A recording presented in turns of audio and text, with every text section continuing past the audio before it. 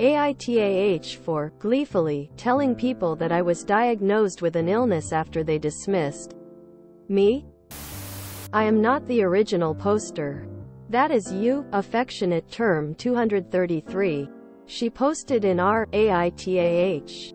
Trigger warning. Emotional infidelity. Cancer. Overall low self-esteem. Less than. Mood spoiler. Sad, seriously sad. But with a glimmer of hope. Less than. Original post. September 20th, 2023. I, 34F, have always been a filler person. My parents each had a child they obviously favored. My mother favored my younger sister. My father my younger brother. I am the friend that is ignored in a group. I am the employee whose birthday is forgotten. I'm the person who doesn't get dates. I've gotten used to it. As a result of being this agreeable, filler, boring person, I think the people around me don't realize that I'm a real person who has needs like everyone else. The prime example was when I said that my chest hurt and I coughed all the time. The people I spoke to, and I know only a few people, said that it was not a big deal and that I'd be fine. I'd never complained before, so I should be fine. I took that to heart and wondered if I really should have told people that I didn't feel well, and wondered if I was making it up in my head. It took me a long time to actually tell the doctor my symptoms because I thought I was overreacting. But I had to get checked out. Well, it turns out that there was something wrong with me. I have stage 2 NSCLC. Editor's note: lung cancer. I'm still independent and handling this alone. I drive myself to and from appointments. I pick up my medication. I reason with doctors and insurance. I haven't slacked in housework or at work. In fact, I've worked even harder. Today at work, I told my friend I couldn't help her move as a favor because I had a medical appointment that day. She pressed me for more details and I just said that I have treatment for NSCLC. I didn't want to give more information than that. My husband complained that I told her the information gleefully as if I'm happy about the news. I told him I'm happy to be diagnosed because it's proof for myself that I'm human with needs like everyone else. I wasn't crazy. He said I shouldn't act like this. My husband has been unstable and touchy about random things this year. So I don't know if he has a point. AITAH? Edit. Same day. I'm in therapy. My therapist and I are working through things and she's been very helpful. I feel somewhere between a filler person and an automation. Filler people aren't real. They don't have complexities in life and they exist solely to make others shine. Machines don't get sick. The diagnosis was something that was concrete. I exist. I'm a person. I'm not crazy and it's not in my head. I don't want attention from others. I cried and felt relief in the same moment. Thanks to the comments. I think I know why my husband has been unstable and touchy. The beginning of this year, the love of his life got into a car accident and broke her femur. She survived and is healthy now. I think that could be part of what's concerning him. My illness is a reminder that she could have died and she could still die and life is unpredictable. That way, I alone wouldn't inspire such emotion in my husband. The comments made me realize that my husband likely felt helpless at the concept of death. I traced back when he started to become touchy and moody and realized it was when she got into that car accident. My husband has asked to help, but there's nothing for him to do.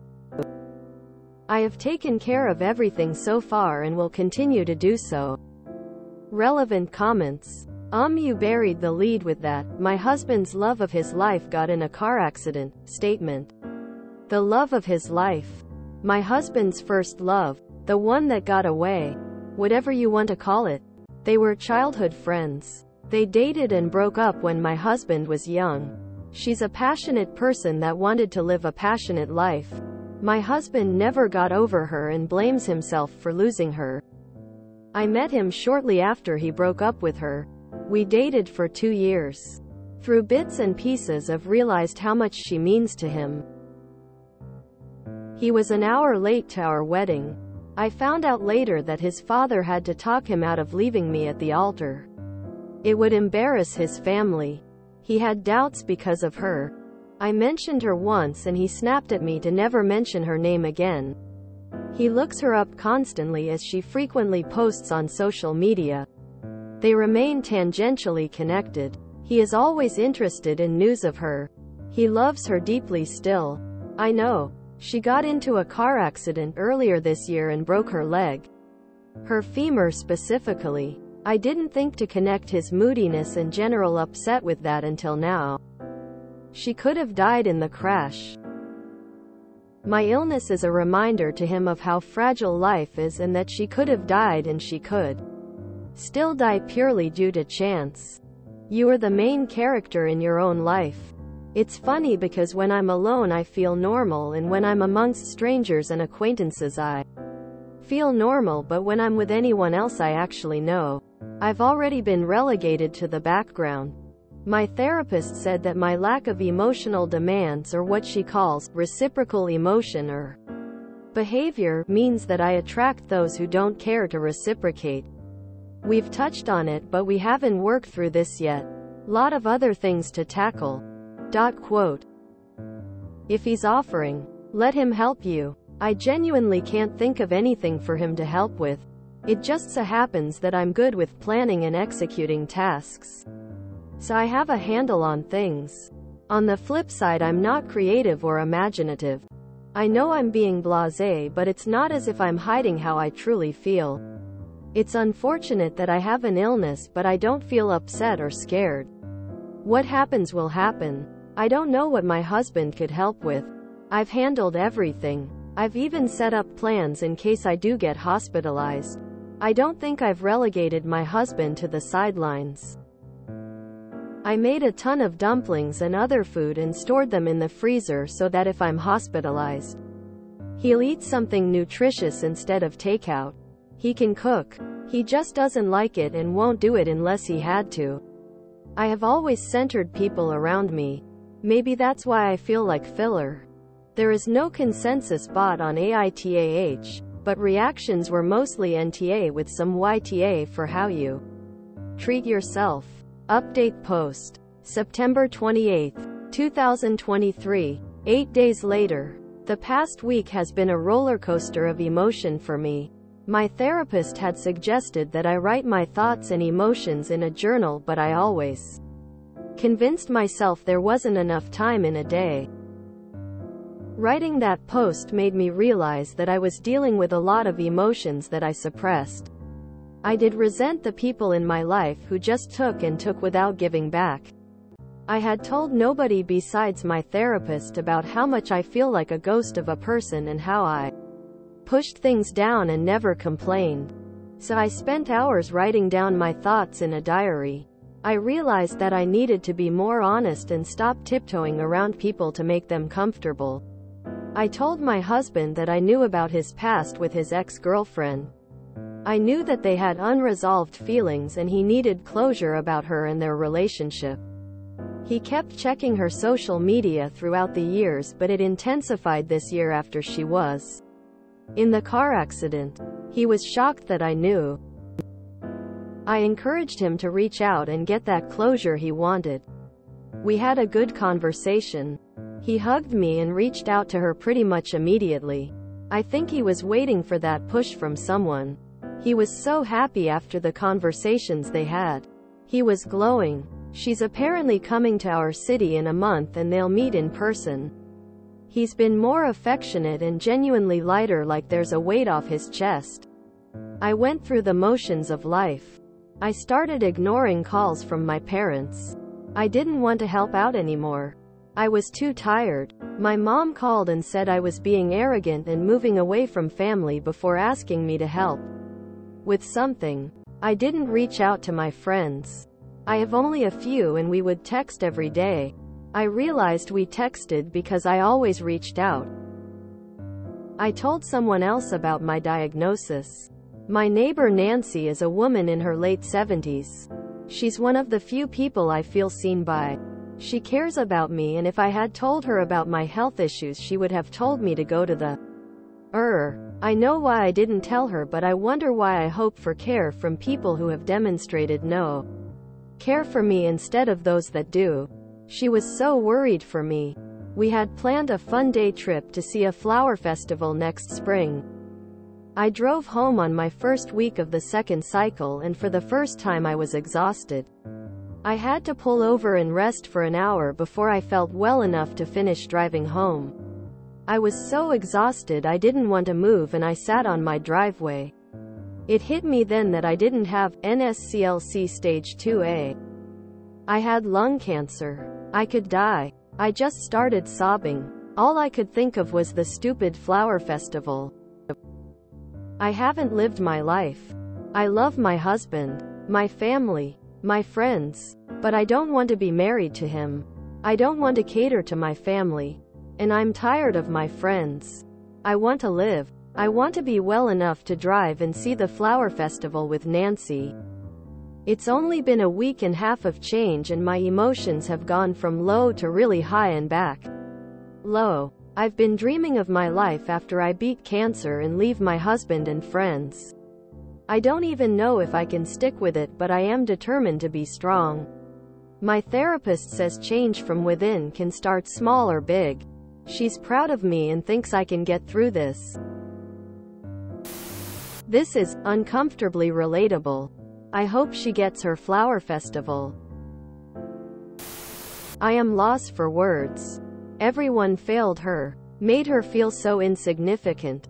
She started believe it as well.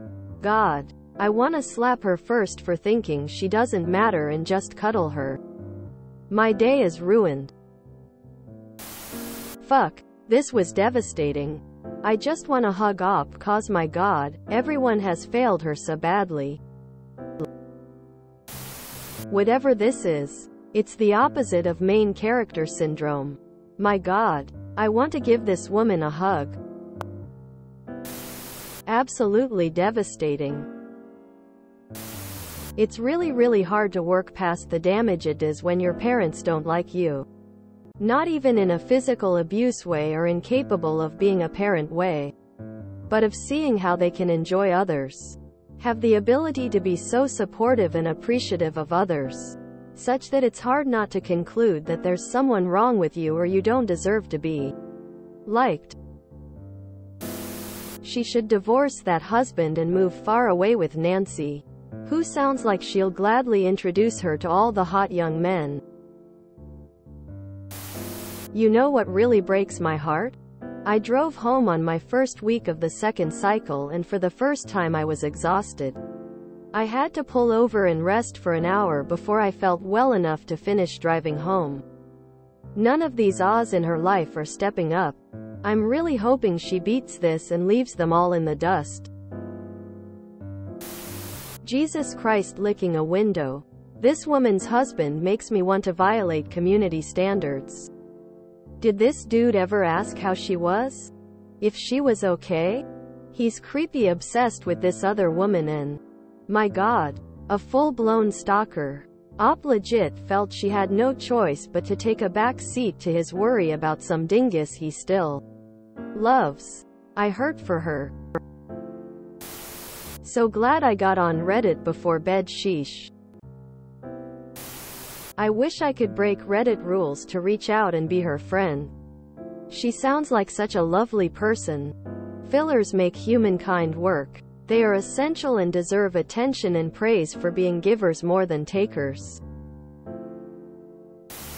I wonder why I hope for care from people who have demonstrated no care for me instead of those that do. This hits hard.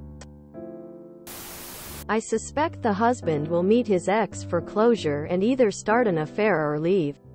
Ultimately, Op will be battling her cancer alone. I pray she is cleared of it. No evidence found of disease in her body. Divorces her husband and travels around to flower festivals with Nancy. I hope she gets to have fun at the flower festival. She really deserves some personal joy. Well, that wasn't depressing at all. God, this one hit me because except for the illness I am her.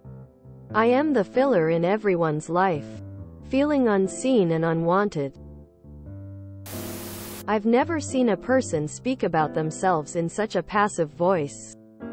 It's like an accountant writing a memoir of someone they've never met. I don't understand how no one in her life knows about her diagnosis. And I really don't understand why she's driving herself to and from treatments. WTF. Why was her, the person she married who he will loosely call a husband, surprised and shocked that she knew he was still in love with his ex-girlfriend? I hope that when they meet up, the ex absolutely crushes the ever-loving soul out of him. I hope she makes it abundantly clear that she has moved on to greener pastures. And they are never getting back together. Like ever. I want Oop to be able to enjoy the flower festival with Nancy and find other things that she enjoys. And with people she likes and that like her. I want her to find someone that loves her and sees her for the wonderful person that she is. I do wonder, though. Oop sounds very capable and organized and together. Or, at least presents that way. So I wonder if people see that and think she doesn't need help or anyone to talk to. She most likely learned to be self-reliant because her parents were focused on her siblings. But by becoming so self-reliant, it made it easier for others to not focus on her. I audibly said, "Oh no," when she mentioned her husband was meeting his ex. But then I read that she's planning to divorce him and I got a little hope for her. Oop. I'm the person who doesn't get dates. Me. Nodding. Oop. My husband complained that I told her the information gleefully as if I'm happy about the news. Me. Huh? Wouldn't it no longer matter if she didn't get dates? Since she has her husband? Why didn't she at least phrase it like, until I met my husband just a few years ago? I never got dates. She might be taking him for gras. Oop. Thanks to the comments. I think I know why my husband has been unstable and touchy. The beginning of this year, the love of his life got into a car accident and broke her femur. Me. Softly whispering, what the fuck? If you enjoyed this video, please check out our playlists full of similar content. AITAH is like doom scrolling for your ears. Please like, share, and subscribe.